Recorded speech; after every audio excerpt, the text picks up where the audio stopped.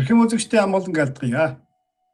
Төгөлдөр ТV сувгаас хов иргэдийн санхүүгийн боловсролд зориулсан цувралын нэгэн шинэ дугаар эхэлж байна. За энэхүү цувралыг бол мэдээж манай байнгын түнш хамтрагч оюун жаргал Сумьяас сүрэн нар хөтлөн явуулдаг гэдгийг та юу санах вэ? За урилга хүлээн авч өнөөдрийн дугаард оролцож байгаа та бүхэнд маш их баярлалаа. За өнөөдрийн сэдэв бол яг аргагүй маш олон хүний сонирхож байгаа. Магадгүй өчигтэй хүлээж байгаа ийм сэдв байгаа. За хувь хүмүүсийн кредит картын зохистой хэрэглээ. За цаашлаад кредит картын одоо өндөр өртөө болсон хүмүүст за магадгүй эрх зүйн зүгээс болон санхүүгийн ямар зохицуулалт байж болох мэдээлэл өгнө гэж төрсэн байна. Сайн байна уу? За та бүхэндээ бидэнтэй байгаа та бүхэндээ энэ өдрийн мэнд хүргэе. Тэгээ өнөөдрийн сэдэв бол маш тодорхой, товчхон. Тэгээ хүмүүсээс ирдэг хамгийн түгээмэл асуултуудаас хариулах зорилготойгоор бол бэлдсэн байгаа. За тэгээд мөн юуны өмнө тийм ээ ярилцлагынхаа өмнө тодруулгаа хэлэхэд ОИК бит 2 болохоор CPA биш, одоо татврын мэргэжилтэн хүмүүс бол биш, тэгээ хуульч нар бол биш. Тэгээд санхүүгийн үйлчлэгээ тэтгэврийн даатгалын мэргэжилтэнгүүд тэгээд мөн таны санхүүгийн мэдлэг мэдээлэлд хүрэн оруулах зорилготойгоор бол бэлддэг одоо сэдвүүдийн маань одоо өнөөдрийн сэдв эхэлж байна. За тэгээд өнөөдрийн сэдвийн хүрээнд манай оюука маань нэлээд тодорхой ярина. Кредит картны тийм ээ зохистой хэрэглээ. Тэрний өмнө тийм ээ хамгийн түрүүнд кредит карт тийм ээ ямар учиртай хэрэгтэй юм уу? Хэрэгтэй зөв кредит картаа хэрэглэж чадах юм бол танд бол хэрэгтэй. За тэгээд энэ дээр нэг тодруулга хэлэхэд кредит картныхаа хэдэн хувийг хэрэглэх вэ гэсэн асуултууд бол хүмүүсээс ирдэг. За би хэдэн хувийг хэрэглүүл миний кредит скорт хамгийн их нөлөө байж тийм ээ нөлөө үзүүлэх вэ, сайнэр нөлөө үзүүлэх вэ тийм ээ. За тэгэхээр мэдээж энэ тооноос дурдаад хэлэхэд тийм ээ. За та кредит картныхаа бүх кредит картныхаа 50-аас 100% хэрэглээд байвал мэдээж байж болохгүй тийм ээ. Ягаад тэгэхээр кредит скорт чинь муугаар нөлөөлнө тийм ээ. Тийм тохиолдолд та 50-аас 100% хэрэглээд байвал одоо need to work буюу одоо та тэрэн дээр анхаарах хэрэгтэй. Хэтэрхий их байна гэсэн хэрэглээ чинь. За тэгэхээр дараагийн бол тийм ээ кредит бүх картныхаа 30-аас 49%-ийг нь хэрэглээд яваад байвал одоо fair гэж яриад байгаа. Fair буюу одоо нөө шар гэрэл юм уу?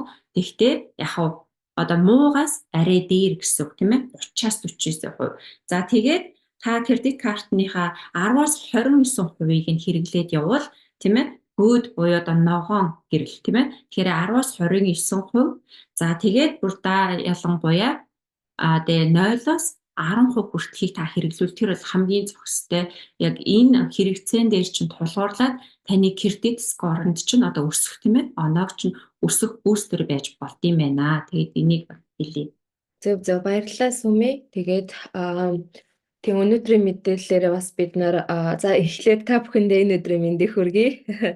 За өнөөдрийн мэдээллээр бид нар бас энэ сэдвийг хүргэхийг зорьсон нь одоо сүүлийн үед гарч ирж байгаа статистик үзүүлэлтээр тийм ээ Америкт ерөнхийдөө хадгаламжийн түвшин одоо хуримтлалын түвшин 2.9%-аар буурсан байна.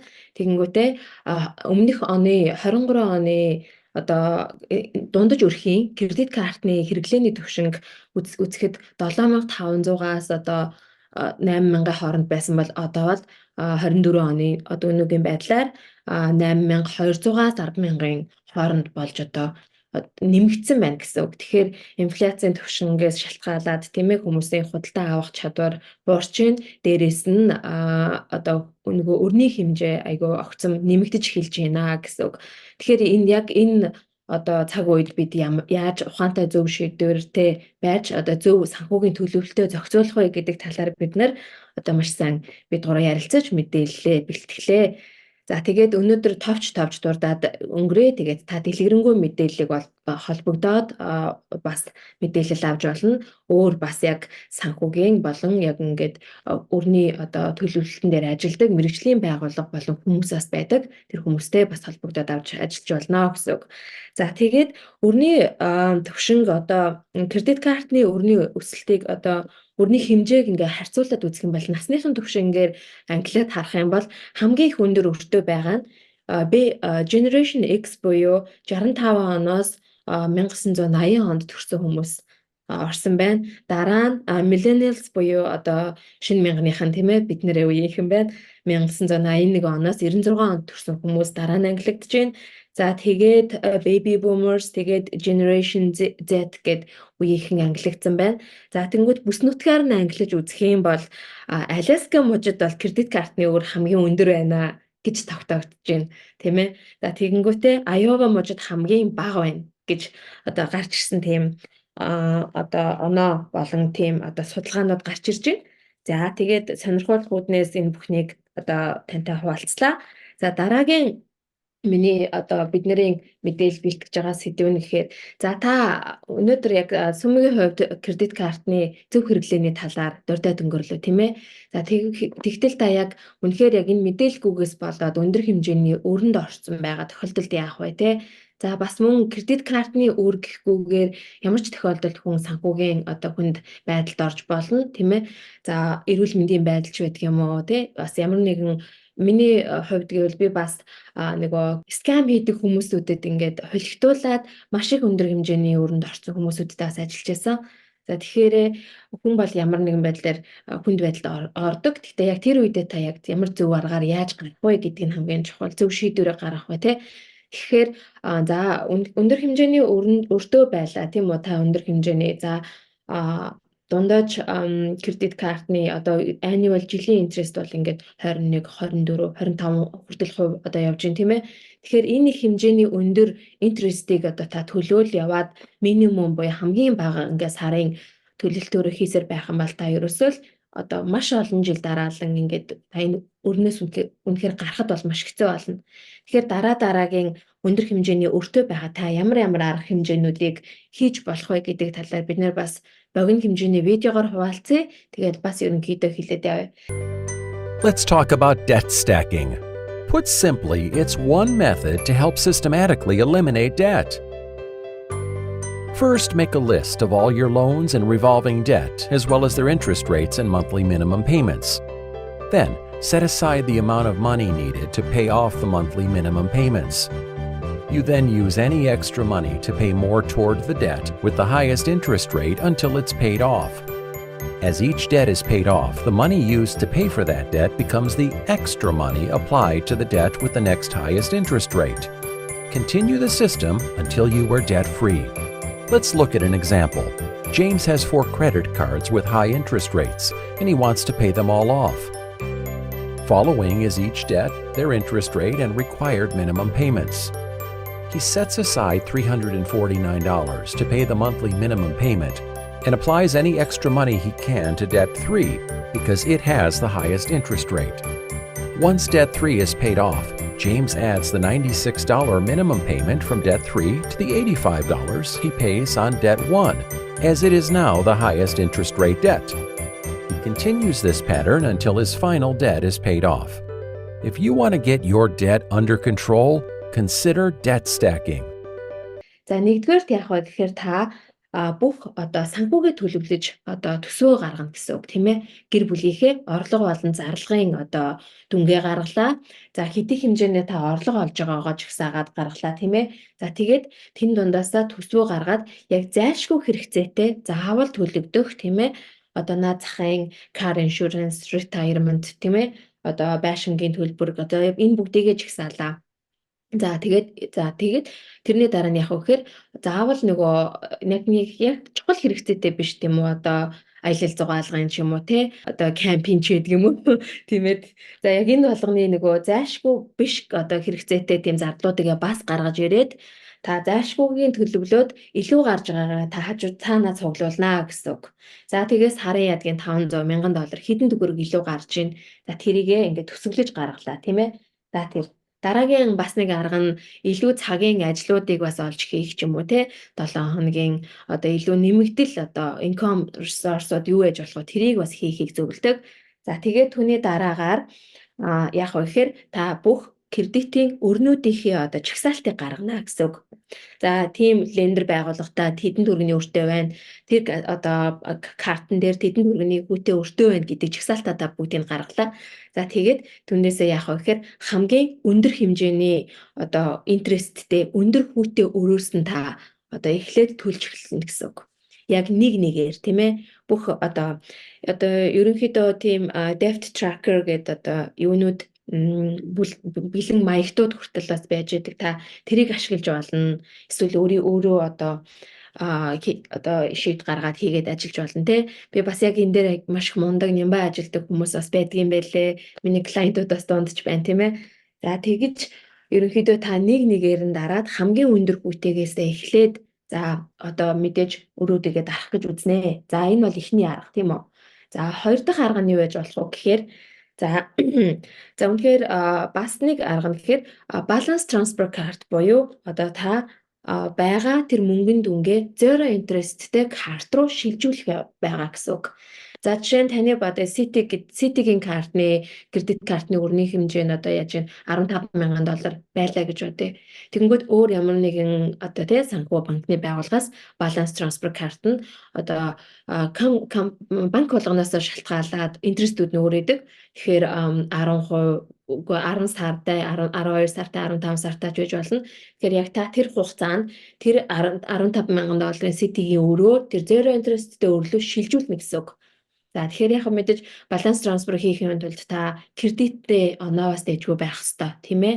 За баланс трансфер бол тэгээд хамгийн боломжтой арга. Тэгээд яг тэр хугацаанд одоо хүүгүүгээр илүү интерестийг төлөхгүйгээр та тэр өрөө төлж дуусгана гэсэн үг. За баланс трансфер 2 дугаар арга тийм үү. За тэгэнгүүт 3 дугаар арга нь юу байж болох вэ гэхээр за үнэхээр баланс трансфер болохгүй байлаа гэд за энд танд одоо болсонгүй бол яг уу гэхээр дараагийн арга нь одоо personal loan-ууд байж болно. Хувийн арай одоо хүү багтай тийм ээ. Энэ 20% одоо кредит картуудын интерест биш. Ерөнхийдөө тухайн зээлдэгч байгууллагуудаас яг одоо ерөнхийдөө тогтсон хүүтэй одоо гинэ 5-9 6 хүртэл хувийн ч байна уу. За ерөнхийдөө 6-аас 36% хоорондох хүүтэй одоо хувийн зээлийн одоо жилийн одоо хүүгийн хэмжээ тийм ээ. Ийм хүүтэй ерөнхийдөө байгууллагууд байна. Тэгэхээр та үүнийг яг яаж хэрэглэх вэ гэхээр үнэхээр та одоо бүх энэ өрнүүдийг нэгтгээд тийм ээ одоо бүгднгийн төлж дуусгая гэд одоо тийм ямар нэгэн план гаргасан байж болно. Эсвэл ямар нэгэн хувийн одоо өөр өндөр зардлууд гарч ирж болно тийм ээ. Одоо хүүхдийнхээ хуримж байдаг юм уу, иш тийшээ аялах одоо амьдралын нэг чухал хэрэгцээтэй зүйл байдаг юм уу тийм тохиолдолд та бас хувийн лоонуудыг ашиглаж болж байгаа. За тэгээд тэр бол ерөнхийдөө маш боломжийн. Тэгээд хувийн лоонуудын хувьд 10,000-аас эхлүүлээ $100,000 хүртэл хэмжээний одоо зээлийг танд олгож өгөх боломжтой байдаг. Тэгэхээр ихэнх лендер байгууллагуудаас бол барьцааг шаардахгүй гэсэн үг. Тэгэхээр за хувийн лендерийн хувьд бол та компаниудыг маш сайн судалж ээж одоо approved компаниудаар айгуус тань нэр төртөө компаниудтай ажиллах хэрэгтэй шүү гэдгийг бас зөвлөж хэлнэ гэсэн үг. Personal loan гэхээр бэлэн мөнгөний зээл ирж байна тийм бэлэн мөнгөний зээл. Тэгээд та тэрийг ямар нэгэн өөрийнхөө одоо хэрэгцээндээ ашиглаж болно тийм ээ. За тэрүүгээрээ голны хвчлийн хүмүүс кредит картныхаа өрийг төлөөд тэгэж одоо дараагийн степээ авч явдаг гэсэн үг. За тэгэхээр дараагийн хамгийн сүүлийн бас нэг опшн бас хамгийн сүүлийнхээс илүү өөр нэг опшн юу гэж болох вэ гэхээр debt relief гэдэг үйлчилгээ байгаа. Тэр нь өрнөөс одоо хөнгөлөх тийм ээ өрнөөс гаргах сервис гэж байгаа байхгүй. За тэгэхээр debt relief үйлчилгээний одоо гол загвар нь яаж ажилладаг вэ гэхээр за ерөнхийдөө таны бүх одоо байгаа өрүүдийг одоо тухайн эйженси буюу гуравдагч байгууллага өөр дээр аваад таны өмнөөс negotiate хийж эхэлнэ гэсэн үг. Тэр бусад одоо олон тэр санхүүгийн бүх байгууллагуудтай та өөрөө ажиллах, та өөрөө call хийж ингээд negotiate хийх шаардлага байхгүйгээр одоо таны өмнөөс өрний одоо settlement дээр нь одоо план гаргаад тэгээ та клиентийн зүгээс яах вэ гэхээр хамгийн минимум төлөлтөө хийгээд явж байна. Тэгээд за жишээ нь Chase Bank-та $5,000 өртөө одоо $1,500 өртөө байлаа тийм үү. За тэр нь жил 2 жилийн дараа одоо төлөхгүй байснаас болоод одоо интерест нэмэгдээд за 3,000 хүрчлээ гэдэг ч юм уу. За энгийн тооцоололоор хэлэхэд те. Гэтэл яах вэ гэхээр тэр өрний байгууллага таны өмнөөс тэр 1,500-ын төлөхөөр одоо negotiation-ыг хийнэ гэсэн үг. Тэгэж ерөнхийдөө ажилдаг. Энэ дээр бол та ерөөсөө юу ч төлөхгүй бол одоо зүгтаах арга биш. Тэгээд бага багаар ерөөсө боломжийн хэмжээгээрээ төлөөд тэгтээ өндөр хүүг төлөхгүйгээр өрнөөс гаргадаг компаниудтай ажиллаж болдог гэсэн үг. Тэгэхээр миний хувьд бол өрнөөс гаргадаг одоо яг энэ debt relief service-ийг за эхний 2 3 орлогыг та хийгээд үз. Тэгээд үнэхээр болохгүй, үнэхээр одоо гарцгүй болсон тохиолдолд үнэхээр тусламж хэрэгтэй боллоо гэсэн тохиолдолд та энэ хөтөлбөр рүү одоо бүртгүүлээд тийм ээ эхлүүлэхэд зүгээр гэж би зөвлөнө. За тэгээд мөн debt relief компаниудаага бас сайн судлах хэрэгтэй. Маш сайн компаниуд байх ёстой тийм ээ гэдэг бас байна. Тэгээд мөн за ерөнхийдөө debt relief service нь бол яг нөгөө bankruptcy буюу дампуурал зарлснаас арай өөр, арай дээр одоо опшн байж болно. Гэхдээ яг л дампуурал зарлсантай адилхан кредит кредит скор буюу таны кредитийн зээлийн түүхийн оноонд маш одоо сөрөг нөлөөтэй. Тэгэхээр та жил 2 жил те жилийн дотроо ерөнхийдөө удаан хугацаанд бас их үргэлжилдэг. Тийм ээ. Сул тал нь гэвэл удаан хугацаанд үргэлжлэн та дандаа яг энэ кейстэн дээр ингээд ялна гэсэн бас нэг тийм 100% баталгаа байхгүй. Тэгэхээр удаан хугацаанд үргэлжлэн давуу тал нь яаж вэ гэхээр та өндөр хэмжээний хүү төлөхгүйгээр олон лендерүүдтэй харьцахгүйгээр одоо толгойн өвчин багасж байна л гэсэн үг. Тэгээд ерөнхийдөө bankruptcy зарлснаас одоо дампуурал зарснаас арай дээрээ гэсэн үг. За тэгэнгүүт одоо дараагийн степ нь юу яаж болох вэ гэхээр за debt relief болчлаа тийм үү. Тэгэнгүүт дараагийн степ нь яах вэ гэхээр энийг бол дампуурал одоо гэж нэрлэн тийм ээ Америкийн хэллэгээр одоо bankruptcy тийм ээ. Тэгэхээр bankruptcy-г бол хинж хизээж одоо бид нэр бол зөвлөхгүй. Яагаад гэвэл энэ бол үнэхээр маш одоо хүнд байдалд орсон тохиолдол тийм ээ. Тэгэхээр bankruptcy-г яадаг вэ гэхээр хүмүүсээс яг юу юм бэ? Энэ хоёрын ялгаа нь юу юм бэ гэж бас асуудаг. Тэгэхээр одоо bankruptcy нь яадаг вэ гэхээр өөрөө энэ debt relief-ээс маш ингээд тусдаа ялгаатай. Тэгээд энэ хүн яг энэ өрийг ямар ч төлөх боломжгүй боллоо. Үнэхээр ингээд одоо тэгээд хуулийн байгууллага одоо энэ хүнийг өмнөөс нь хамгаалах процесс бол гэсэн үг байхгүй яг энгийнээр гэж тайлбарлаж хэлгээд. Тэгэхээр хамгийн сүүлийн шат бол bankruptcy байдаг. Гэхдээ та bankruptcy-ний түвшинд хүрэхгүйгээр одоо яг тухайн үед нь маш ингээд ухаалгаар төлөвлөлтөө хийж яваарай л гэж одоо зөвлөндөө гэж хэлдэг дээ бид нэр. За оюукада баярлалаа. Маш дэлгэрэнгүй мэдээллийг хүмүүст степ тийм ээ арга замаар нь хэлээд өгчлөө. Энэ дээр нэмээд 2 3 юм дуртахад тэгээ balance transfer гэж хүмүүс ярьдаг тийм balance transfer энэ ямар учиртай юм бэ гэхээр ер нь бол яг balance transfer-ыг та зөв ашиглаж чадвал бас кредит картны өрнөөс гарах бас хамгийн бага хүүтэй боломж гэсэн. За яг яадаг вэ гэхээр та кредит картныхаа тийм ээ хамгийн өндөр лимиттэй кредит картыг ерөнхийдөө ерөөсөө Америкт хаасны хэрэггүй байдаг юм байна. Тэрийгээ та үргэлжлүүлж явж байгаа метр кредит картыг хэрэглэж байгаад яг таны одоо баланс чинь 10 20 мянган одоо тийм кредит лимиттэй карт байна гэж бодъё тийм ээ. Тэгэнгүүт одоо өндөр кредит карт төлөд байгаа нөгөө баланс трансфер хийчих штэ одоо хуучин байгаа карт руугаа. Тэгэхээр ерөнхийдөө дунджаар банкуд болохоор 3 4 5% одоо баланс трансфер фи буюу баланс трансфер хийж байгаа тийм одоо фи авдаг гэсэн хүү ерөөхдөө. Тэгээ тэрийг ингээ бодоод үзэхэр чинь ихэвчлэн 12 сарын хугацаатай тийм ээ.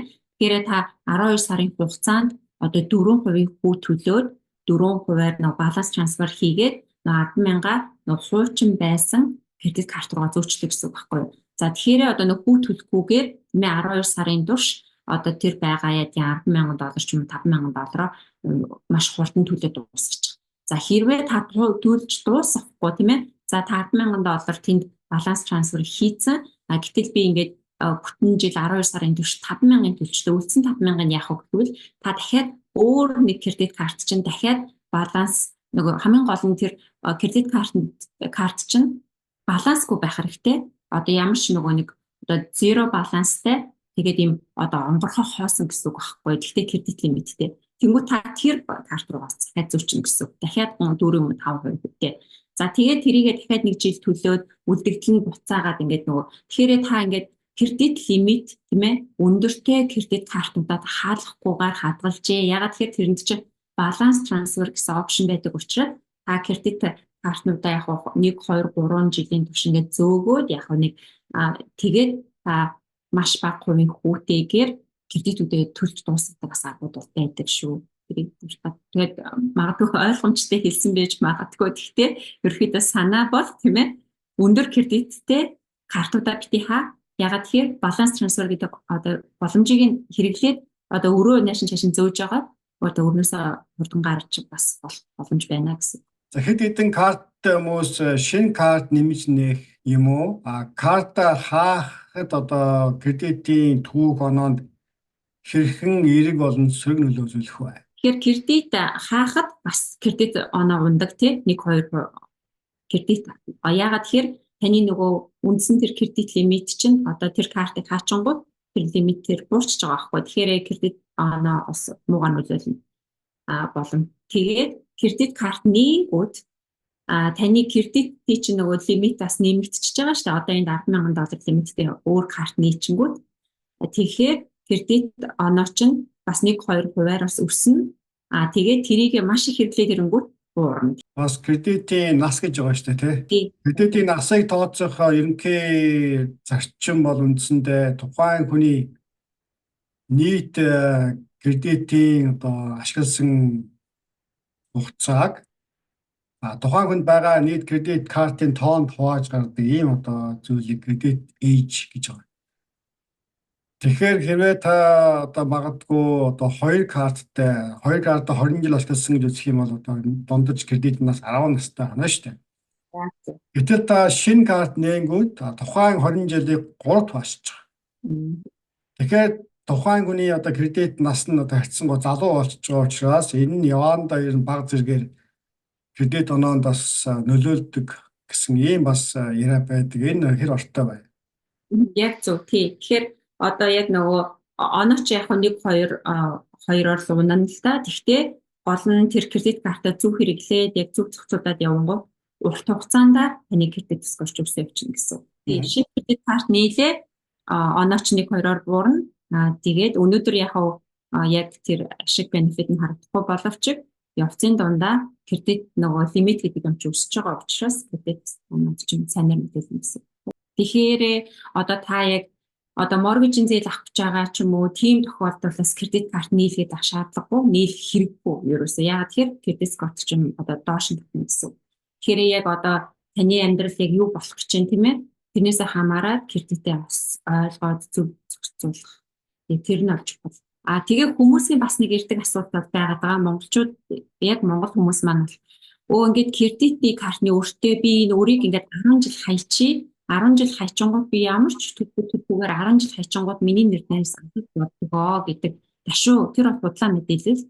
Ягаад тэгэхээр тэрнээс ч болоод яг нөгөө кредит скорт чинь маш муугар нөлөөлөөд тэр кредит чинь таны нэр дээр бол байнга л байна.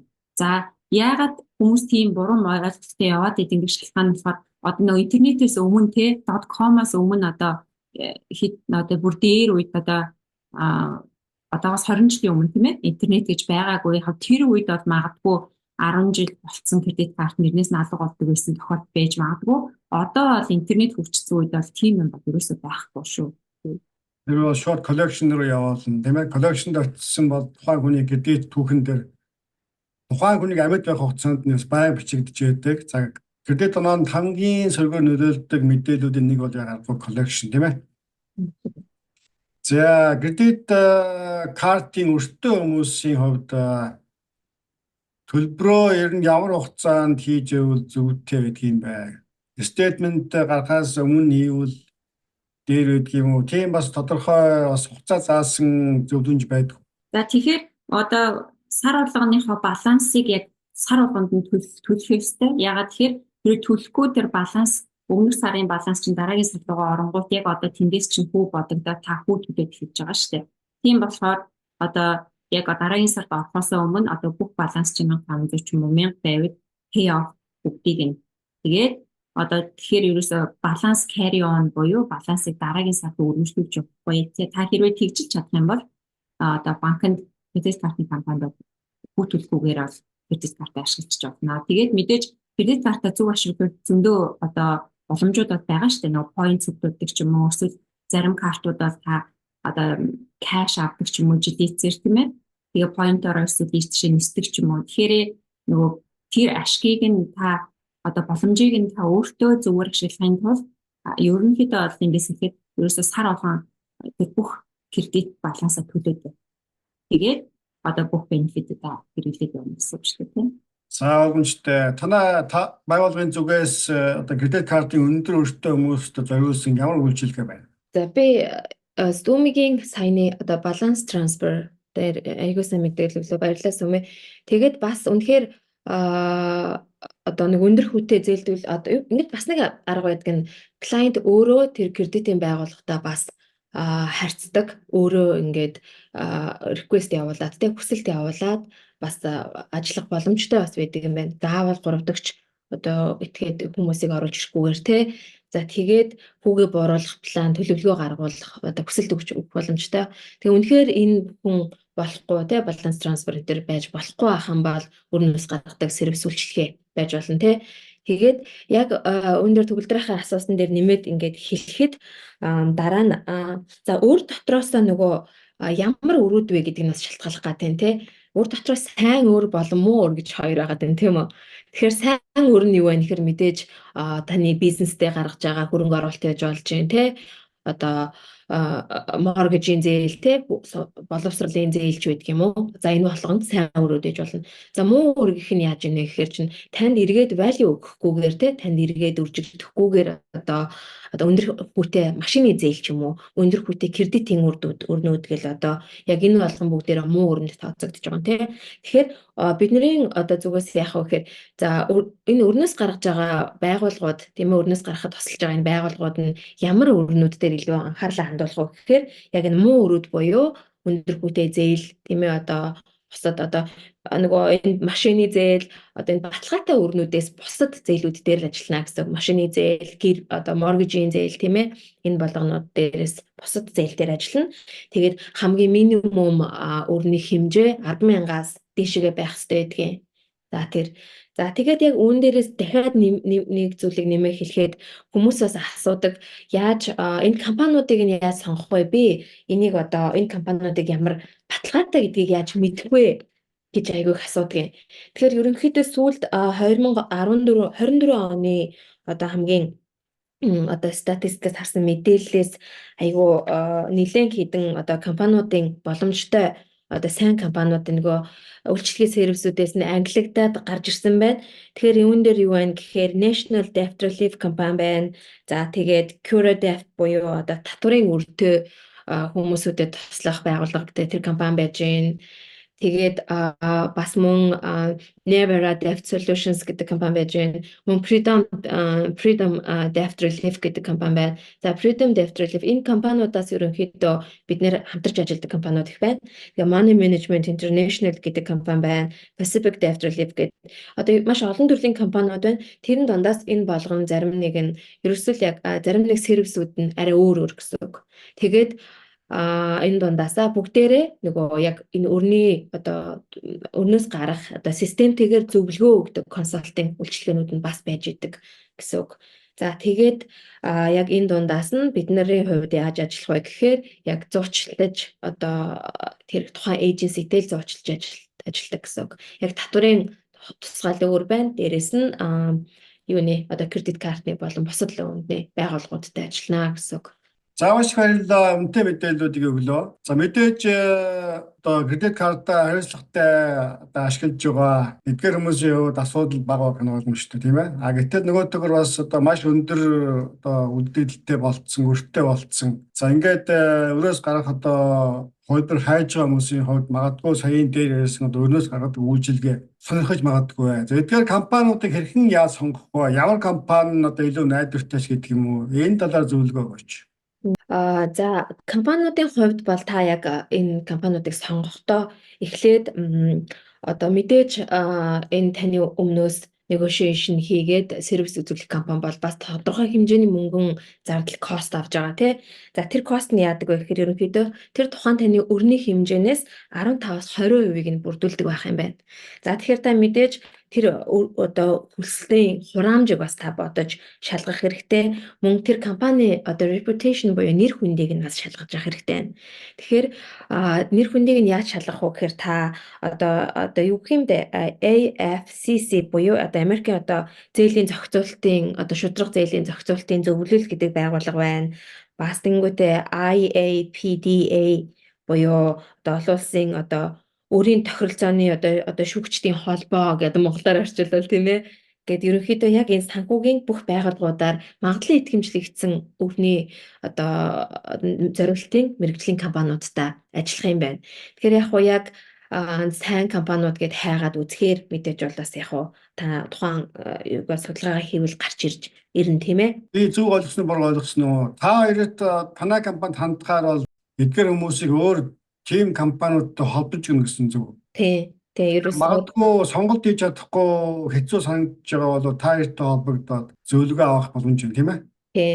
Одоо жишээ нь хамгийн сүүлийн мэдээлэлээр яг ингээд 2024 оны мэдээллээр би за хамгийн сайн одоо компаниудаас ангиллыг гаргасан байна л да.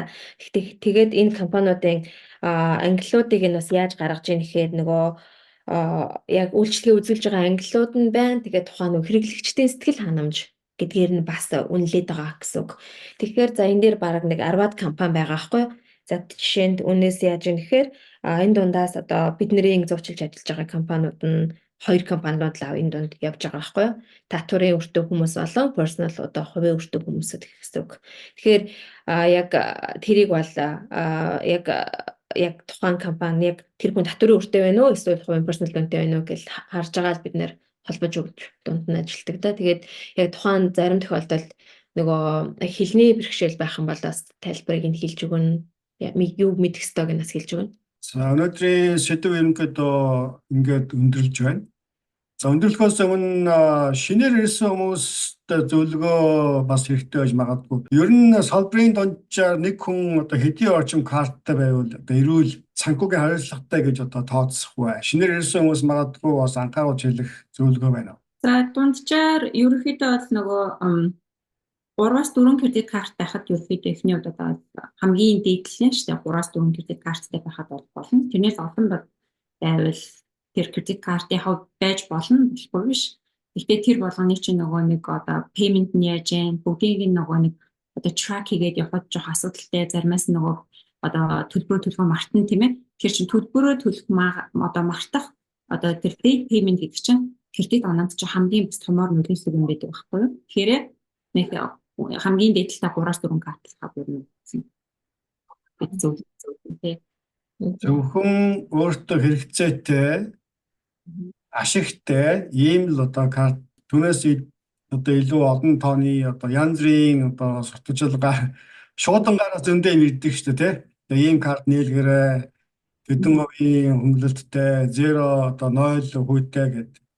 Тийм шуудангаар ирж байгаа саналыг бол одоо аль болохоор одоо зайлсхийх зөвлөгөө бас өгч байдаг юм байлаа.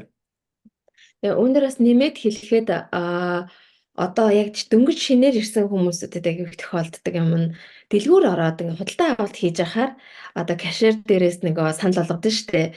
За та манай юу энэ картыг нээлэх үү гэд одоо тэдэн хувийн хөнгөлөлттэй бонустай ч юм уу те. Одоо жишээ нь зөв чод мэдээлэл байна шүү. Яг мэдхгүй яригдсан хүмүүс таарж ирсэн шүү. Яг үнэн тий. Тэгээ эмэгтэй хүмүүсийн хувьд би ч бас өөрөө анх дөнгөж ирээд бас мэдхгүйгээр би айгүй олон тийм картуудад sign up хийжсэн. Жишээ нөгөө эмэгтэй хүмүүсийн хувьд яадгийн нөгөө Bath and Beyond гэдэг дэлгүүрч байдаг юм уу? Одоо Ulta Beauty, Sephora гэх гоо сайхны дэлгүүрүүдийн кредит картууд.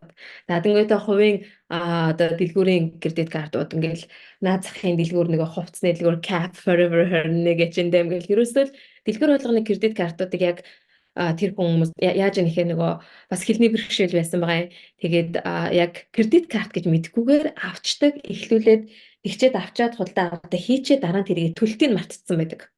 Бүр авснаач мартцсан байдаг. Тэгээд дараа нь тэр нь кредитнийхэн репортонд ороод одоо муу зээлийн төв үүссэн байдаг. Тэгэхээр тэр бас яг мэдвэштэй нэг зүйл байгаа юм. Хэд мэдгүй хүмүүсийг бол яг юм авч явахт нь манай картыг аваад хэдэн хувийн хөнгөлөлттэй гэдэг тийм санал тавингууд нөгөө нь одоо худалдан авж байгаа бараанаас нь байнгын хөнгөлөлт үүж ингэж ойлгоод зөвшөөрчдөг. Яг үнэн хэрэгтэй тухайн одоо үйлчилж байгаа хүн нь кредит карт авах санал тавьдгийг мэдэхгүй байдлаар карт авсан бас тохиолдол гарч байсан. За тийм учраас та бүхэн одоо дэлгүүрээс худалдан авахдаа тавьж байгаа саналуудыг, хямдрлуудыг бол болгоомжтой байдлаар бас ойлгох Яг зөв. ийм шаардлага байна гэдгийг баярлалаа хэллээ. Өнөөдрийн дугаард энэхүү одоо кредит карт хэрэглээтэй холбоотой чухал мэдээлэл өгсөн таартай маш их баярлалаа. За дараагийн хэсэгт цаг үеийн чанартай мэдээллүүд юу байна? Танаа оршин сууж байгаа мужийн хэмжээгээр магадгүй холбооны улсын хэмжээгээр эдийн засагтай хүмүүсийн одоо санхүүтэй холбоотой ийм мэдгүүштэй, сонсууштай, сонин сайхан мэдээлэл юу байна? За тэгэхээр сүүлийн үед тийм ээ одоо манай Калифорнид болохоор Dream for All гэдэг байгаа шүү дээ тийм ээ. Тэр болохоор түрүү жил гарсан down payment буюу хаусны урьдчилгаан дээр засгийн газрын тусламж байгаад байгаа. Тэгээд энэ тусламжийг тийм ээ одоо бичиг баримтгүй хүмүүст бол өгмөр байна гэдэг одоо саналыг бол Калифорни мужийн тийм ээ одоо сенатын зөвлөлт явж байгаа. Тэр талаар бол төгөлдөр ах маань бол түрүүний ярилцлага дээр жоохон дурдаад өнгөрцөн.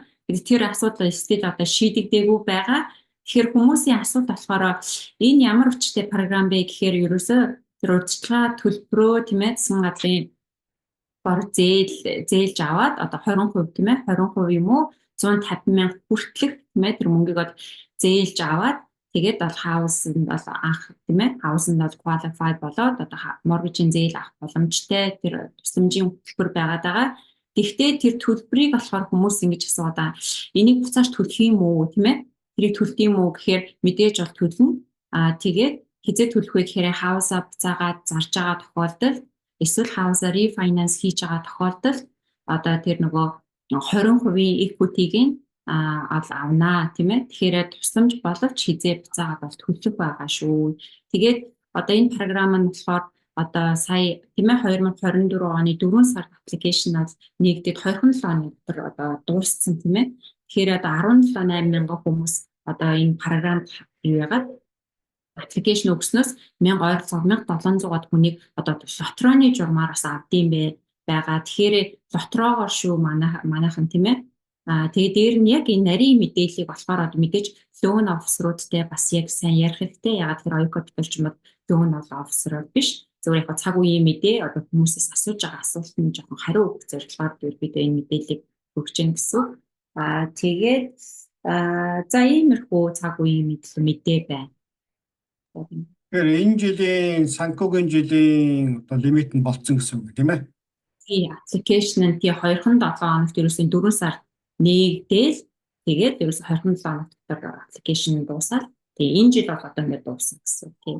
Дараа жилийнх нь арай хизээ гарах юм бэ гэхээр яг уу одоо мэдээлэлтэй цаг үеийн мэдээ харахад дараа жилийн бас 2025 оны ойролцоогоор 4 сард гарах боломжтой. Гэхдээ яг энэ нөгөө нэг сонголт нь тийм ээ лотери маягаар байгаа. Тэгээд qualify болохын тулд тийм ээ шаардлага нь хамгийн анх homeowner байгаа. Дээр нь бас илүү бас нэмэлт шаардлагууд бас байгаа юм билээ шүү. Тэрийг яг loan officer-уудаас сайн асуугаад. За нэгдүгээрт анх удаа хаус авч явах хэрэгтэй. Хоёрдугаарт нь орлогын шаардлага хангана. гэсэн юм ярьж штэ. Тэгэхээр 20% бол зүгээр одоо мөнгө өгж байгаа хэрэг биш ээ. Тодорхой нөхцөлтэй. За нэгэнт 20% down payment ингээ урьдчилаад зээлүүлж байгаа учраас сонирхож байгаа хүмүүсийн тоо маш олон байгаа. Нэгэнт боломжит ресурс буюу одоо байгаа хөрөнгөөс давтсан байгаа учраас тэр олон одоо шаардлага хангаж байгаа хүмүүсийн донд суглаа явуулах зарчмаар хүмүүсийг сонгож байгаа гэдэг мэдээллийг өгч байна. За өнөөдрийн дугаарт оролцож санхүүгийн холбоотой маш чухал мэдээллүүдийг дээр нь цаг үеийн чанартай мэдээлэл өгсөн таард маш их баярлалаа. За өнөөдрийн дугаар инфо өндөрлж байгаа үзэгчтэй анхаарал хандуулсан та бүхэнд маш их баярлалаа. Дараагийн мэдээгээр дахин уулзъя. За баярлалаа. За баярлалаа. Баяртай.